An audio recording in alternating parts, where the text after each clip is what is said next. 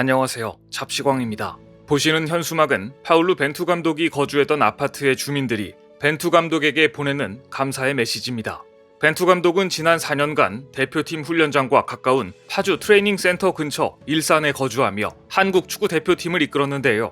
벤투 감독이 13일에 한국을 떠난다는 소식이 알려지자 이웃에 살았던 주민들이 이처럼 현수막을 걸어 감사의 마음을 전한 겁니다. 한국의 16강 진출, 그동안 고생하셨습니다. 감독님의 이웃이어서 자랑스럽습니다. 벤투 감독은 편안한 일상복 차림으로 다니며 자신을 알아보는 사람들과 함께 흔쾌히 셀카를 찍거나 사인을 해주는 등 친근한 모습이었다고 하는데요. 한국 주민들이 현수막까지 건 소식은 포르투갈 매체 레코르드를 통해 현지에도 소개됐습니다. 벤투의 이웃 주민들은 벤투의 노고에 대해 잊지 않았고 이런 현수막을 제작했다. 한국 주민들의 메시지는 우리와 함께한 기억이 소중한 추억이 되었으면 좋겠다는 인사였다. 포르투갈 현지에서도 벤투 감독이 사랑받는 이웃이었다며 훈훈한 감동을 전했습니다. 한국에서의 경험은 자기 축구 인생에서 가장 기억될 최고의 선수들과 함께한 것이었다며 선수들에게 감사의 마음을 전했던 벤투 감독은 최근 영국 매체 풋볼 데일리와 화상 인터뷰를 가졌는데요. 이 인터뷰에서도 대표팀 모두, 특히 주장인 손흥민에 대해 이렇게 칭찬했습니다.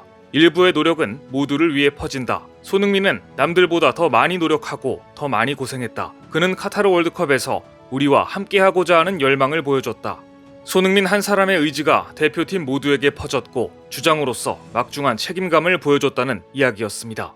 손흥민은 EPL에서의 빡빡한 일정에도 불구하고 언제나 최선을 다하는 모습을 보여줬고 벤투 감독이 손흥민을 혹사시킨다는 비판이 나오면 직접 나서서 그 비판을 차단하곤 했습니다.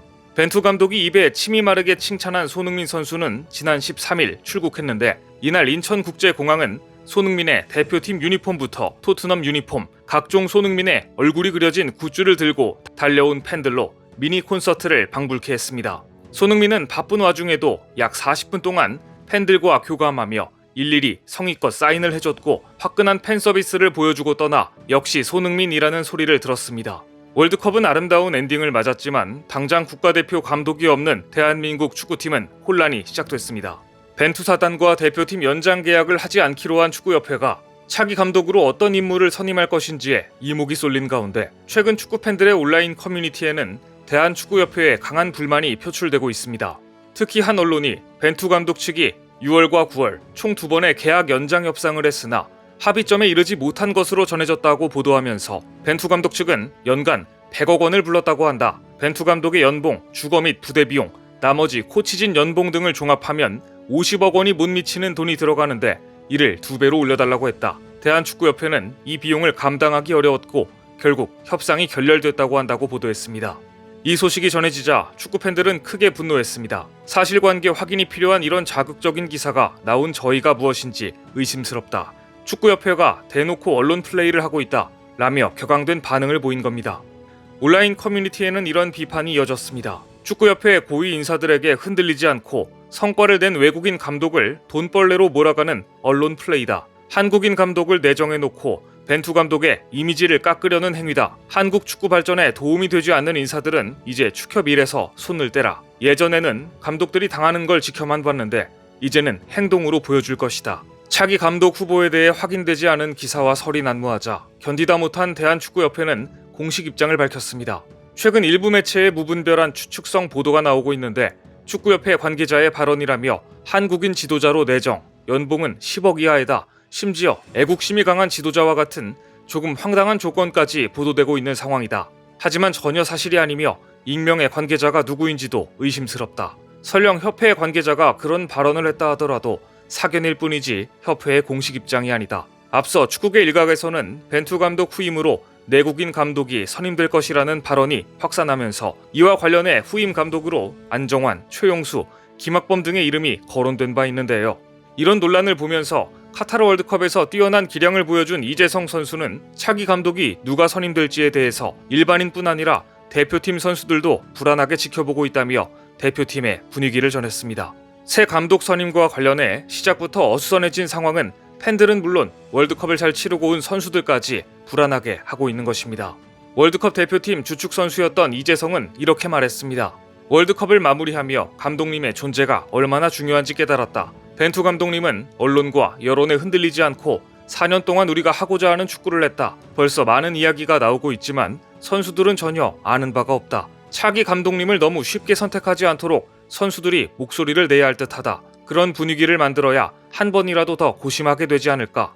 리더가 누가 됐느냐에 따라 한 팀이 완전히 바뀔 수 있다는 걸 이번에 정말 몸소 체험했다. 벤투 감독님이 그걸 증명하셨다. 그렇다면 이재성이 생각하는 대표팀 감독의 가장 중요한 조건은 무엇일까요? 이재성은 벤투 감독을 예로 들어 뚜렷한 철학이 있는 감독을 꼽았습니다.